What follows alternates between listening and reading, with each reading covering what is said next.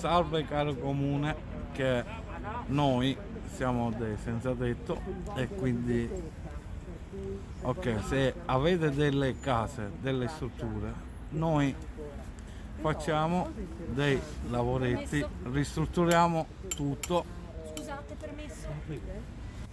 ristrutturiamo tutto però senza volere niente in cambio, non vogliamo soldi, quello che facciamo lo facciamo per noi.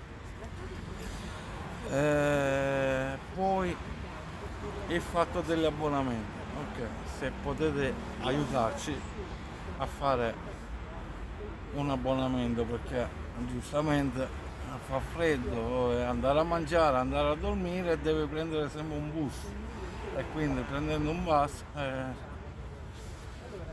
fanno sempre le multe e cose.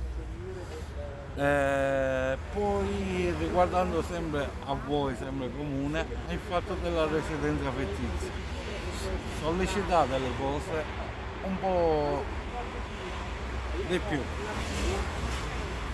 perché appunto noi siamo tutti esseri umani e quindi abbiamo diritto di un documento.